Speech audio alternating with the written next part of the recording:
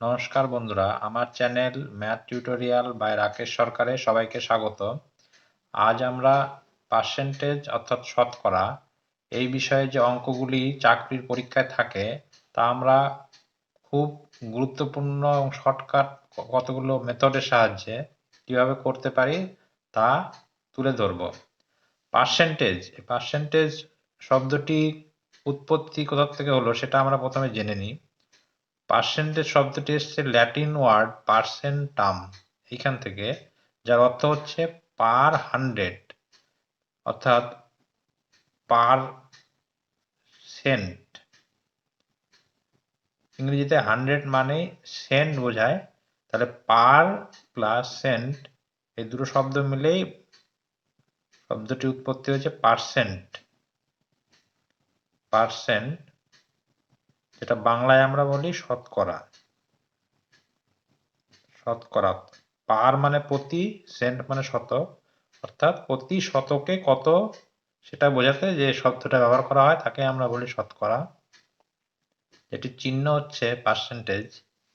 এই শতকরার চিহ্ন হচ্ছে পার্সেন্টেজ দ্বারা আমরা প্রকাশ করি। প্রতি শতক এই কথাটার অর্থ হচ্ছে, ধরা যাক 600 জনসংখ্যার মধ্যে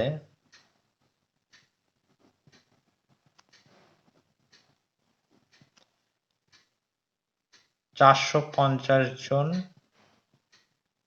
পুরুষ। তাহলে এখানে শতকরা বোঝাতে আমরা বুঝবো প্রতি শতকে কতজন পুরুষ আছে। তাহলে 450 জন পুরুষ আছে 600 জনে, তাহলে 450কে আমরা যদি 600 দিয়ে ভাগ করি তাহলে এইখান থেকে আমরা পেয়ে যাব 600 জনসংখ্যার মধ্যে 450 জন যদি পুরুষ থাকে তাহলে 100 জন জনসংখ্যায় কতজন পুরুষ থাকবে সেটি বোঝাচ্ছে শতকরা।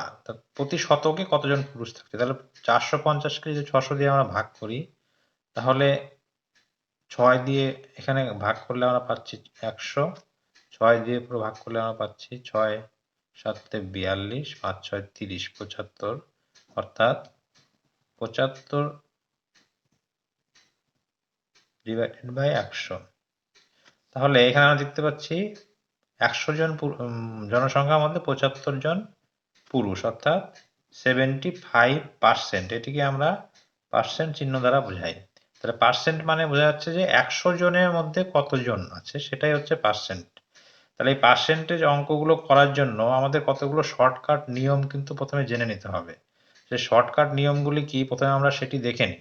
প্রথমে পার্সেন্টেজ যেগুলি দেওয়া থাকে সেগুলি আমরা ভগ্নাংশে যদি প্রকাশ করতে জানি খুব সহজে, তাহলে ক্যালকুলেশনগুলো আমাদের খুব সোজা হয়ে যাবে। বা ভগ্নাংশে দেওয়া থাকলে পার্সেন্টেজ অনেক সময় প্রকাশ করতে হয়, এই দুটো কনভার্ট করতে আমাদের শিখতে হবে। যেমন 20% যদি দেওয়া থাকে তাহলে 20% মানে হচ্ছে 20 ডিভাইডেড বাই 100। কাটাকাটি করলে আমাদের 5 দুগুণ 10, উপরে 1 নিচে 5, অর্থাৎ 1/5। তাহলে 20% মানে 1/5। একই রকম ভাবে 1/5 যদি কোথাও থাকে সেটা হয়ে যাবে 20%। একই রকম ভাবে যদি আমরা দেখি 40% হচ্ছে 20% এর সঙ্গে 2 গুণ করলে আমরা 40% পাচ্ছি। তাহলে এই যে 1/5 অংশ যেটা আমরা পেয়েছি একে যদি আমরা 2 দিয়ে গুণ করি, 2 গুণিত 1/5, তাহলে সেটি পেয়ে যাব 2/5। একই রকম ভাবে আমরা 60% মানে 20% ইন্টু 3, তাহলে 1/5 ইন্টু 3 করলে 3/5। তাহলে আমাদের এই যে পার্সেন্টেজ গুলো আছে এগুলো ভগ্নাংশ আমাদের খেয়াল রাখতে হবে কোন ভগ্নাংশের সঙ্গে সমান হচ্ছে। এগুলো যদি আমরা পরপর প্র্যাকটিস করতে থাকি তাহলে খুব সহজেই কিন্তু আমরা এগুলো মনে রাখতে পারবো। তাহলে 20 গুণিতকে থাকলে তলায় আমরা দেখতে পাচ্ছি প্রত্যেকটা নিচে 5 থাকছে। একই রকম ভাবে 10 গুণিতক থাকে 10% মানে হচ্ছে 10 ডিভাইডেড বাই 100, এটা কাটাকাটি করলে আমরা পাচ্ছি 1/10। তাহলে 10 এর গুণিতক যদি থাকে তাহলে 30% হলে 3 ইন্টু 10%, তাহলে 3/10। একরকম ভাবে 50% মানে 5/10, 70% মানে 7/10। এরকম ভগ্নাংশগুলো হয়ে যাবে। তাহলে আমরা কিন্তু 10% এ কত গুণিতক আছে সেই সংখ্যাটি উপরে বসবে আর নিচে বসবে 10। একই রকম ভাবে 5% এর গুণিতক থাকতে পারে। 5% মানে 5/100, 5 100 কাটলে আমরা পাচ্ছি এখানে 20, তাহলে 1/20। তাহলে 15% মানে হচ্ছে 3 into 5%, তাহলে 3/20, এবং 35% মানে 7 into 5%, তাহলে 7/20। তাহলে এই যে ভগ্নাংশগুলো হচ্ছে, এই ভগ্নাংশগুলো কিন্তু আমাদের প্র্যাকটিস করে করে এগুলো কিন্তু আমাদের মনে রাখতে হবে, তাহলে আমাদের ক্যালকুলেশন সুবিধা হবে। এবার যদি ভগ্নাংশ পার্সেন্টেজ যেগুলো দেওয়া আছে সেগুলো যদি এই ফর্মে না থেকে দেখা হলো 25% আছে, 25% আমরা 20% আর 5% যোগফল আকারে লিখতে পারি, অথবা 10% প্লাস 10% প্লাস 5% এভাবে লিখতে পারি, 20% প্লাস 5% এরকম লিখতে পারি। তাহলে এটা আমাদের হয়ে যাবে 20% মানে আমরা জানি 1/5, 5% মানে জানি আমরা 1/20, এরকম করে আমরা কনভার্ট করে নিতে পারি। তাহলে এটা যোগ করলে আমাদের আসবে এখানে 20 লসাগু, তাহলে 4 5 20, 4 5, 5/20 equal to 1/4। এরকম করে আমরা যদি 36% কোথাও আছে তাহলে 36%, 30% প্লাস 5% প্লাস 1% এভাবে আমরা করে নিতে পারি, বা 40% মাইনাস 4% করে নিতে পারি। এরকম করে আমাদের কিন্তু এগুলো এই 5-এর, 10-এর এবং 15, 5, 10 বা 20 গুণিতক আকারে, অথবা 1% একটা আমাদের এখানে বলা হয়নি, যেটা 1%-এর গুণিতক আকারেও কিন্তু আমরা প্রকাশ করতে পারি।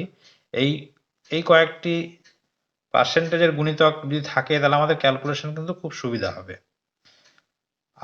আরেক ধরনের ক্যালকুলেশন থাকে, যদি কোনো অঙ্কে দেখা যায় যে পরপর দুবার কোনো সংখ্যার হ্রাস বা বৃদ্ধি হচ্ছে, তাহলে সেক্ষেত্রে আমরা প্রথমবারে বৃদ্ধি যদি x% হয়, দ্বিতীয়বারে বৃদ্ধি যদি y% হয়, তাহলে ফর্মুলাটি হবে,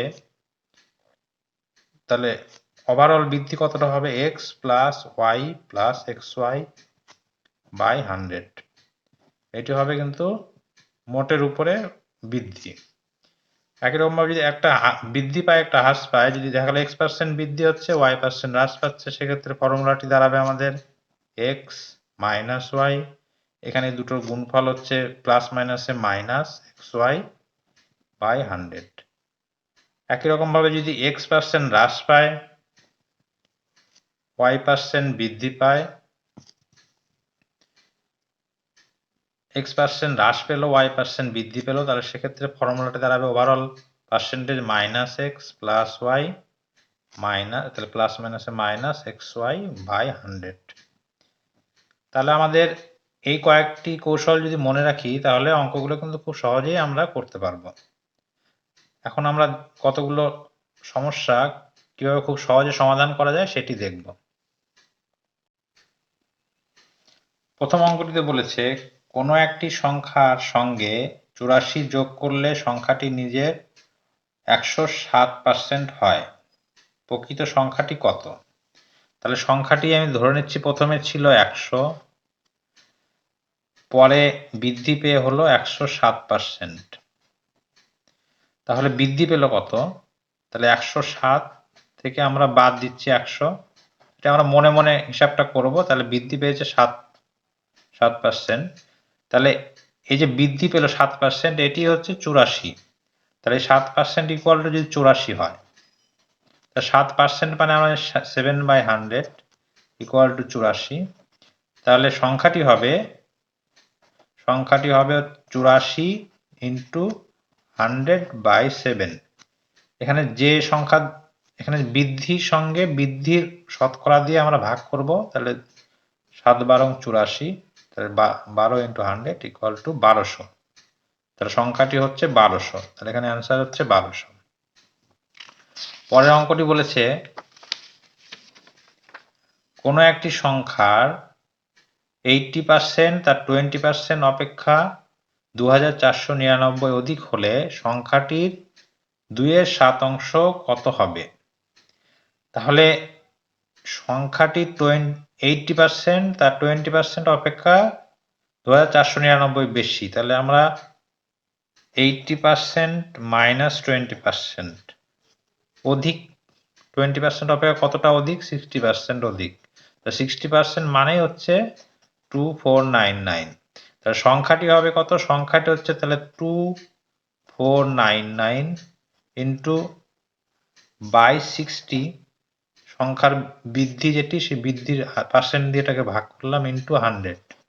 তার 2/7 অংশ, তাহলে 2/7 দিয়ে আমরা গুণ করলাম, তাহলে এটি হচ্ছে নির্ণয় উত্তর। তাহলে এখানে আমরা এটা কাটলাম, 7 দিয়ে এটাকে কাটলে পাচ্ছি 3 7 21, 3 9, 5 7 35, 4 49, 7 7 49,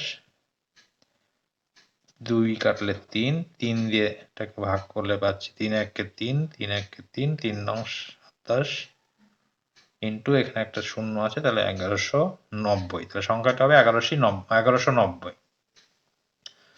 পরের অঙ্কটি বলেছে কোনো একটি সংখ্যার 60% তার 2/5 অংশ অপেক্ষা 20% অধিক হলে প্রকৃত সংখ্যাটি কত? তাহলে সংখ্যার 60% তার 2/5 অংশ অপেক্ষা 250 অধিক। তাহলে আমরা 2/5 মানে জানি 40%। তাহলে 60%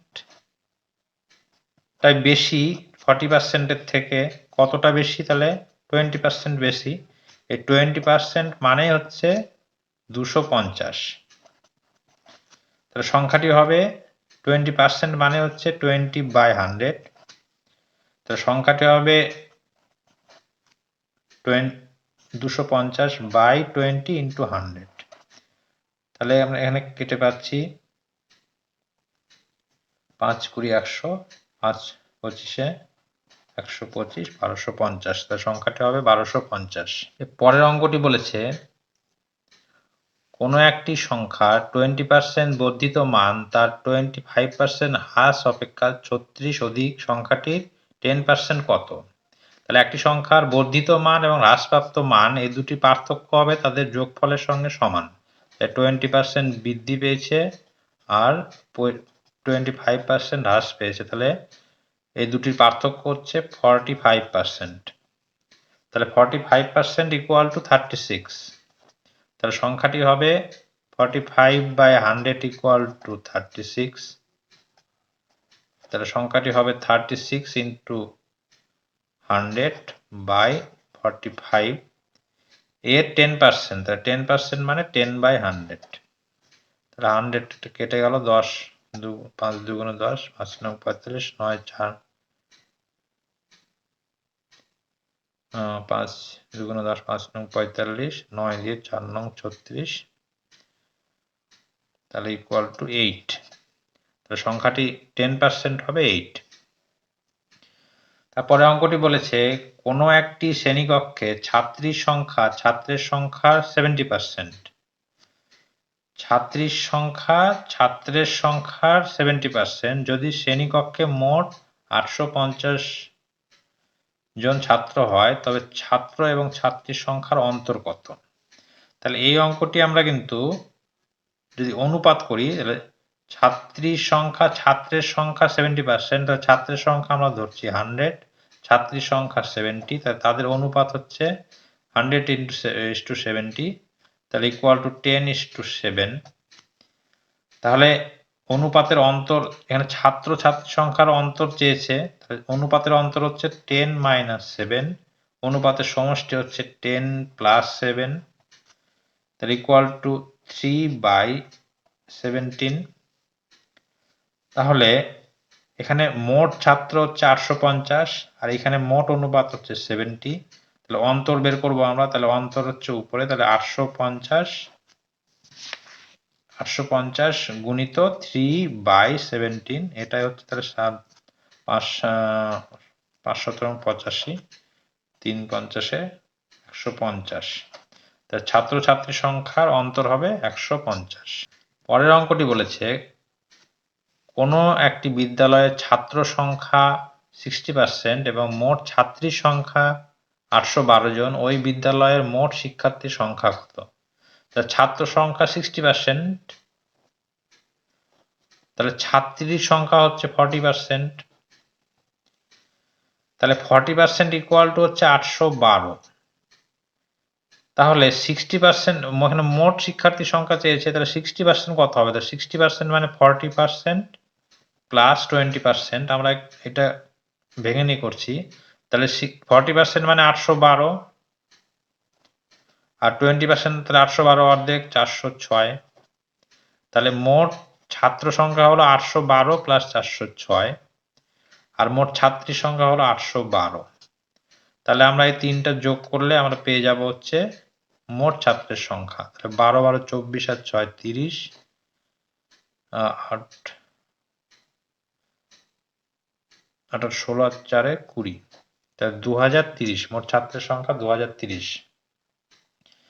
এরপরে বলেছে এক প্রকার পিতলের দস্তা আছে 25% এবং বাকি অংশে তামা আছে। তাহলে ওই পিতলের 264 কেজিতে কত তামা আছে? তাহলে 25% যদি দস্তা থাকে, তামা হচ্ছে 75%, তাহলে 75% মানে 75/100, তা 264 কেজি পিতলের মধ্যে তামা থাকবে। তাহলে এটা দিয়ে আমাদের ভাগ করলে হয়ে যাবে। তাহলে 25 দিয়ে কাটছি আমরা, 3 25 75, 4 25 100, 4 দিয়ে কাটলে 4 6 24, 4 6 24, 3 6 18 8, 3 6 18 19, 198 কেজি। তাহলে ওই পিতলে তামা আছে 198 কেজি। বলেছে একটি নির্বাচনে দুজন প্রার্থীর মধ্যে বিজয়ী প্রার্থী মোট ভোটে 60% পেয়ে 5000 ভোটে জয়লাভ করে, মোট ভোটারের সংখ্যা কত? তাহলে এখানে দেখতে পাচ্ছি আমরা দুজন প্রার্থী মধ্যে বিজয়ী প্রার্থী ভোট হচ্ছে 60%, তাহলে পরাজিত প্রার্থীর ভোট হবে 40%। তাহলে বিজয়ী প্রার্থী ভোট কত বেশি পেল? 20% বেশি পেল। 20% মানে 20/100। তাহলে এই 20% ভোট মানেই 5000 ভোট। তাহলে মোট ভোটারের সংখ্যা হবে, তাহলে এই বেশি ভোটকে বেশি ভোটের পার্সেন্টেজ দিয়ে আমরা ভাগ করবো ইন্টু 100।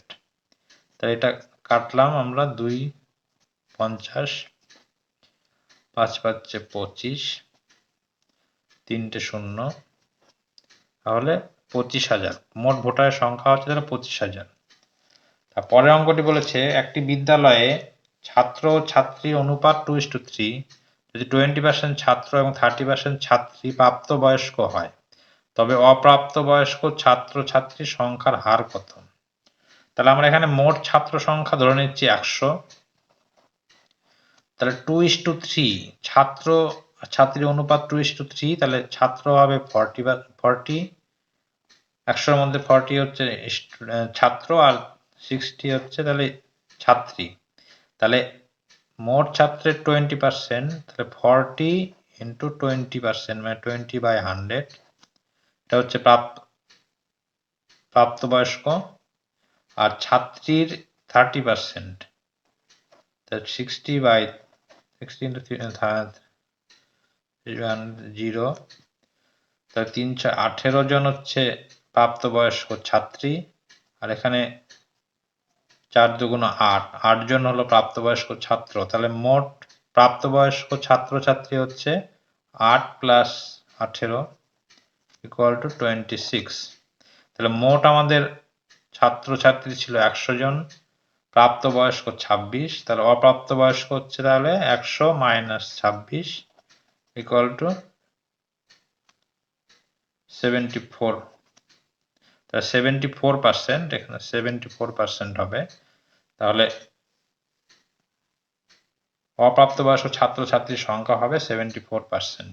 এর পরের অঙ্কটি বলেছে কোনো গ্রামে 60% লোক নিরক্ষর, সাক্ষরদের 28% মহিলা, যদি 4320 জন পুরুষ সাক্ষর হয়, তবে গ্রামের মোট লোক সংখ্যা কত? তাহলে গ্রামের 60% লোক নিরক্ষর, তাহলে সাক্ষর হচ্ছে 40%। তাহলে 40% সাক্ষরদের মধ্যে আবার 28% মহিলা। তাহলে আমরা ধরে নিচ্ছি মোট সংখ্যা যদি 100 হয়, তাহলে 100 জনের মধ্যে নিরক্ষর হচ্ছে 60 জন, স্বাক্ষর হচ্ছে 40 জন। তাহলে 40 জনের মধ্যে 28% যদি মহিলা হয়, তাহলে পুরুষ হচ্ছে কত? 100 মাইনাস 28 মানে 72%। তাহলে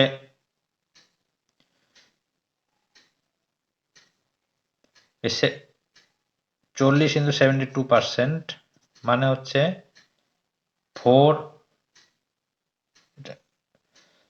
শূন্য শূন্য কাটলো, 4 দুগুণ 2 দুগুণে 4, 5 দুগুণে 10, 72 দুগুণে 144 বাই 5। তাহলে 144 বাই 5 মানে হচ্ছে 4320। তাহলে মোট জনসংখ্যা হবে কত? মোট জনসংখ্যা হবে তাহলে 4320 বাই 144 বাই 5 ইন্টু 100। তাহলে 5 উপরে চলে যাবে,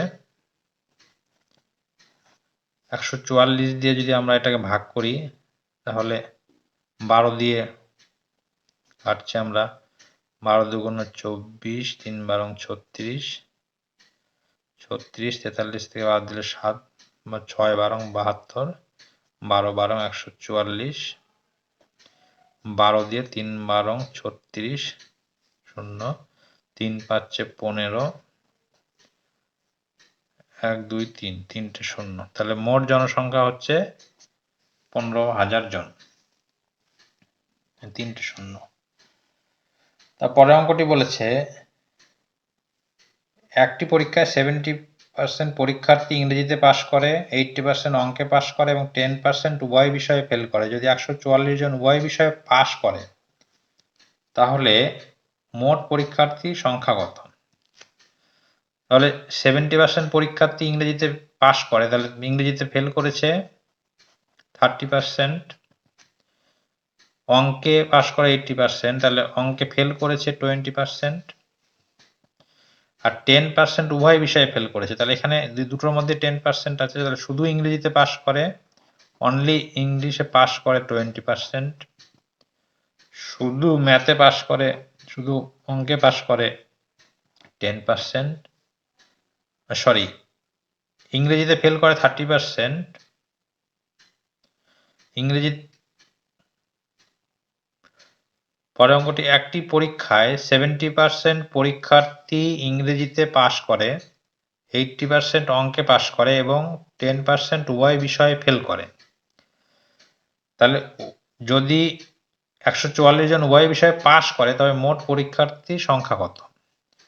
তাহলে ইংরেজিতে পাশ করেছে 70%, তাহলে ইংরেজিতে ফেল করেছে 30%, অঙ্কে পাশ করে 80%, তাহলে অঙ্কে ফেল করেছে 20%, 10% উভয় বিষয়ে ফেল করে, অঙ্ক এবং ইংরেজিতে এই দুই জায়গাতেই আছে 10% ফেল।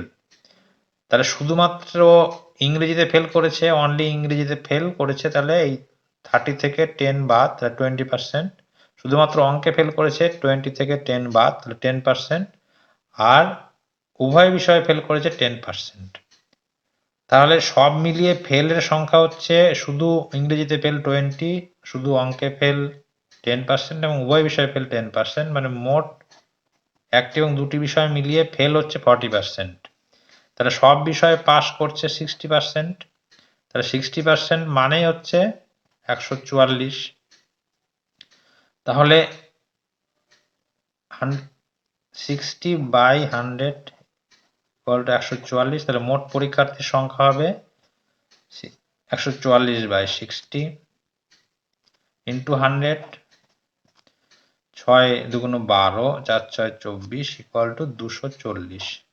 তাহলে মোট পরীক্ষার্থীর সংখ্যা হচ্ছে 240 জন।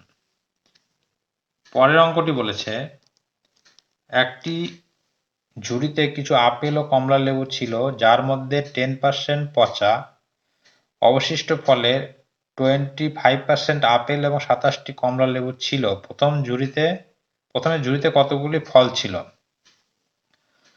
তাহলে অবশিষ্ট ফলের মধ্যে 25% আপেল এবং 27টি কমলা লেবু, তার মানে 20% যদি আপেল হয় তাহলে 75% আছে কমলা লেবু, তাহলে 75% হচ্ছে 27। তাহলে ওই অবশিষ্ট ফলটা কত ছিল? তাহলে 27 ইন্টু 27 বাই 75 ইন্টু 100, তাহলে 4 25 100, 3 25 75, 3 নং 27, 4 নং 36। 36টি অবশিষ্ট ফল ছিল, 34টি পচাগুলো বাদ দেওয়ার পর। তাহলে 10% পচা মানে ভালো ফল ছিল কত? 90%, তাহলে 90% মানে হচ্ছে এখানে 36, তাহলে মোট ফল কত ছিল? 36/90 ইন্টু 100, তাহলে 9 10 90, 10 10 100, 9 4 নং 36 ইকুয়াল টু 40। তাহলে প্রথমে ঝুড়িতে ফল ছিল 40টি। তারপরে বলেছে একজন কাপড় বিক্রেতা একটি শাড়ির দাম 20% বাড়িয়ে দেওয়ার পর বর্ধিত মূল্যের উপর কিছু ছাড় দিল, এরপরে তার 8% লাভ থাকলে দোকানদার কত ছাড় দিয়েছিল? তাহলে এই ধরনের অঙ্ক থাকলে আমরা কি করব? প্রথমে ধরে নিচ্ছি দাম ছিল 100, সেটি বাড়িয়ে দিল 20%, তার দাম লিখে রাখলো 120 টাকা। এইবার কিছু ছাড় দেওয়ার পরেও তার 8% লাভ থাকলো, তাহলে 100 টাকার জিনিস 8% লাভ যদি থাকে তাহলে সেই জিনিসটি তার 108 টাকায় বিক্রি করেছে। তাহলে তার ছাড় দিয়েছে কত টাকা? 120 টাকার জিনিস 108 টাকায় বিক্রি করলো, মানে ছাড় দিল 12 টাকা। তাহলে 12 টাকা ছাড় দিচ্ছে 120 টাকায়, তাহলে কত পার্সেন্ট হচ্ছে? তাহলে নিচে আমাদের 100 আনতে হবে, তাহলে 12 দিয়ে আমরা কাটলাম, এখানে হচ্ছে 10, 1 10 ইকুয়াল টু 10/100, তাহলে ইকুয়াল টু 10%। তাহলে এখানে ছাড় দিয়েছে হচ্ছে 10%। পরের অঙ্কটি বলেছে চিনির দাম 10% হ্রাস পাওয়ায় 270 টাকায় 5 কিলোগ্রাম চিনি অধিক পাওয়া যায়, প্রতি কেজি চিনির পূর্বের মূল্যের সঙ্গে নতুন মূল্যের অন্তর কত? তাহলে 10% হ্রাস পেয়েছে দাম, আর 270 টাকায় 5 কেজি চিনি বেশি পাওয়া যাচ্ছে। তাহলে এই 5 কেজি চিনি যে বেশি পাওয়া গেল, এই টাকাটি কোথার থেকে আসলো? এই যে দামটা কমেছে সেই টাকার থেকে আসলো। তাহলে 270 টাকার 10%, তাহলে কত হচ্ছে? 270 টাকা 10% মানে হচ্ছে 27 টাকা। তাহলে এই যে 27 টাকা দাম কমেছে, এই কম টাকা দিয়ে আমরা 5 কেজি চিনি বেশি পাচ্ছি। তাহলে প্রতি কেজি নতুন মূল্যে প্রতি কেজি চিনির দাম কত হবে? 27/5 ইকুয়াল টু, তাহলে 5 পাচ্ছে 25, 2 4 পাচ্ছে 20, তাহলে 5 টাকা 40। তাহলে 5 টাকা 40 পয়সা দাম হয়েছে 10% কমার পরে।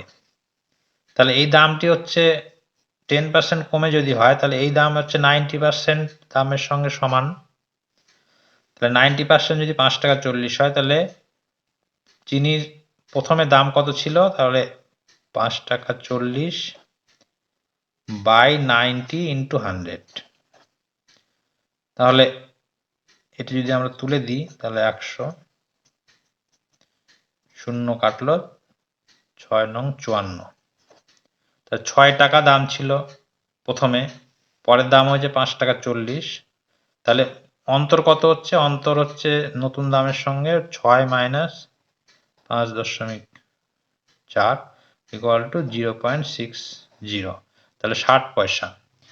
তাহলে নতুন চিনির পূর্বের মূল্যের সঙ্গে নতুন মূল্যের অন্তর হচ্ছে 60 পয়সা। এর পরের অঙ্কটি বলেছে পেট্রোলের দাম পরপর দুবার 20% ও 30% বৃদ্ধি পায়, মোটের উপর শতকরা কত বৃদ্ধি পায়?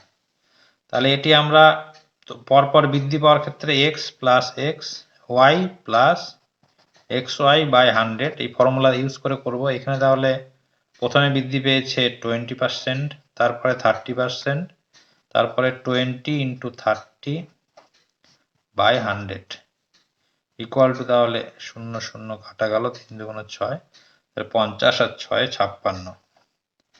তাহলে মোটের উপরে দাম বৃদ্ধি পেল হচ্ছে 56%। বন্ধুরা, আমার এই চ্যানেলটি যদি আপনাদের ভালো লেগে থাকে তাহলে অবশ্যই ভিডিওর নিচে থাকা সাবস্ক্রাইব বাটনে ক্লিক করে সাবস্ক্রাইব করে পাশে থাকা বেল আইকনটি প্রেস করে দিন, যাতে আমার এই ভিডিওগুলি সবার আগে আপনাদের কাছে পৌঁছে যায় এবং আপনাদের অন্য বন্ধুদের মধ্যেও শেয়ার করে দিবেন। ধন্যবাদ।